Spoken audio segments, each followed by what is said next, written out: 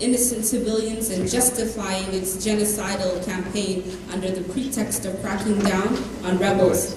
Stability has been very limited, caused by the political marginalization as well as economic marginalization. OYSU condemns the Zenawi regime's continuous human rights violations against the innocent civilians and justifying these causes. Reputable human rights organizations such as the Human Rights Watch, Amnesty International have all documented the repression of freedom, serial human rights violations, the absence of political use and of rule of law, fraudulent election, as well as the criminalization of dissent, including the misuse of an anti-terrorism law to target the voices of freedom. And the recent victims of those were Swedish journalists Martin Schippi and Johan Persson, who have been imprisoned in Ethiopia for 11 years for reporting about the situation in the Ogaden. As well as the Human Rights Watch has been closely monitoring the crisis and has published a comprehensive study entitled Collective Punishment in 2007, and this report detailed the crimes committed by Ethiopia, including targeting of civilians, torturing of villages, confiscation of livestock, property, sexual violence against, such as gang rape against young girls, arbitrary arrest, torturing in military custody, public execution, as well as taking hostage of innocent civilians. And to avert the international attention and criticism while simultaneously punishing the civilians, the Ethiopian government expelled the International Committee of the Red Cross and Doctors Without Borders from the Ogaden in 2007. Humanitarian organizations have limited, if any, access to deliver aid, and the International Committee of the Red Cross has been denied permission to resume its humanitarian operations in the Ogaden. And this has led to the looming humanitarian crisis in the region. And as such, in the fiscal year of 2011, the U.S. government provided $847 million in assistance, including more than $233 million in food aid, $1 billion in assistance per year since 2007, and during this time, USA has included more than $1.5 billion in food to prevent famine and avert chronic food shortages. And the total U.S. government assistance between the 2000 and 2011 sums to a total of $6.226 billion. The Canadian International Development Agency for the year of 2010 to 2011 has provided $146.83 million for aid to Ethiopia. And in 2011, the European Commission has committed $50.86 million. UK's Department for International Development will spend more than $333 million per year, and that's $2 billion within a 4-year term. So our question is, as the Ogaden Youth and Student Union, all these donors, if people are not allowed to enter into the Ogaden, then why, as taxpayers, should we let this happen? And our answer for this is no, we cannot let this happen. We cannot let this happen.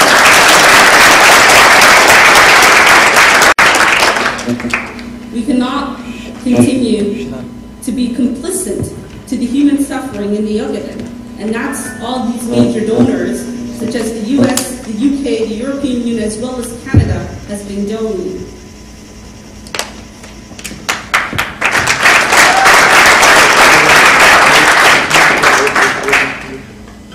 So just to brief you about what our organization does and who we are, the Ogaden Youth and Student Union is a non-for-profit organization founded on the fundamental principles that all human beings are born equal and have the right to live in peace, dignity, freedom, regardless of race, ethnicity, religion, gender, and other forms of overt and covert discrimination. And this firm stance has been reinforced by years of suffering of the Ogaden people who have been denied all fundamental human rights. Our mission, our vision, and our objectives include to inform the government, our respective governments, and other friendly nations of the domination of the Ogaden people by Ethiopia, the human rights violations committed against civilians, to mobilize resources to alleviate poverty of the people of Ogaden, to document human rights violations perpetrated, instigated, and tolerated by the Ethiopian government against the Ogaden people. We raise awareness about the human rights violations, injustices, and crimes against humanity in the Ogaden. And we advocate and promote justice, democracy, and freedom for all everywhere.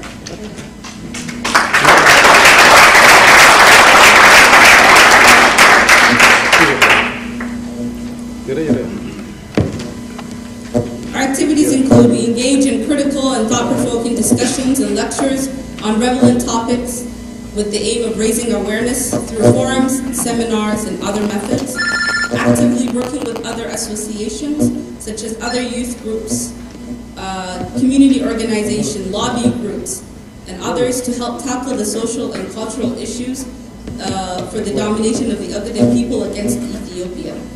We engage in the media and diplomatic works with the aim of enhancing Ogaden's international cooperation. We carry out continuous engagement and fruitful engagement with OYSU groups across the world and the youth of our region with the intention of contributing and shaping our collective destiny. The Ogaden Youth and Student Union prepares reports, press releases, and appeals to publicize the human rights violations in the Ogaden by the Ethiopian government. And we campaign to for the improvement and respect of human rights by educating people about the hidden genocide in the Ogaden.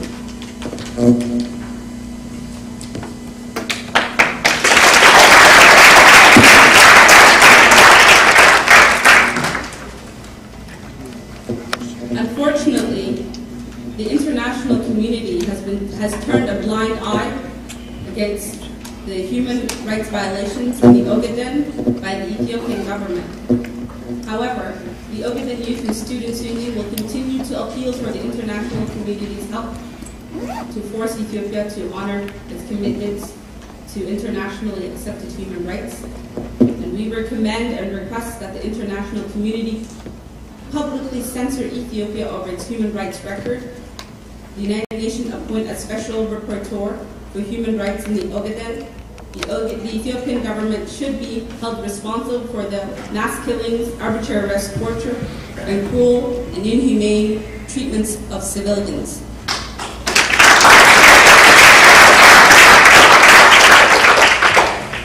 The international community should intervene to stop the human suffering that's going on in the Ogaden, as well as to allow all humanitarian and relief organizations to work in the Ogaden without restrictions, as well as allowing the international rights groups and press to into the Ogaden. And to refrain from aiding Ethiopia as long as it continues to Ethiopia continues to violate the human rights and fundamental freedoms in Ethiopia. And we as individuals are asking each government to put pressure on Ethiopia. And we refuse to let the people of Ogaden remain downtrodden and disenfranchised, and the OYSU will continue to be the voice of oppressed people around the world. We will continue our mission for the protection, advocacy, and awareness of human rights. And I leave you with a luta continua, vittoria è certa. The struggle continues, the victory is certain. Thank you.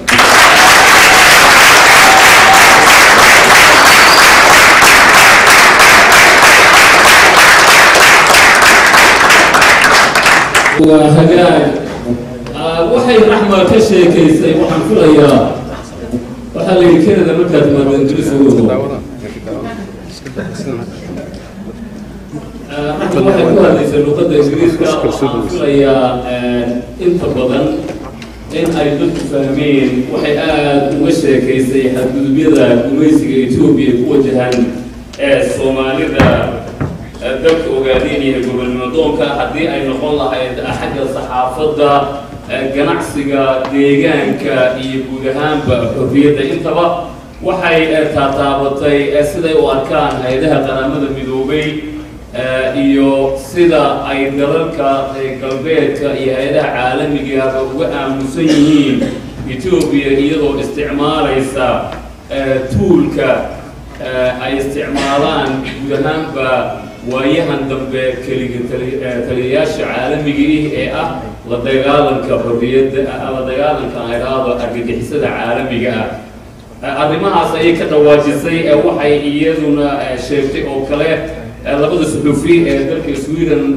u dhalatay ku xiran dalka Ethiopia muddada sanadka ah si ay u soo tabiyaan bal xaaladda dadkaas gobolnimo doonka ay ku nool yihiin ومع سنتهاي رحمة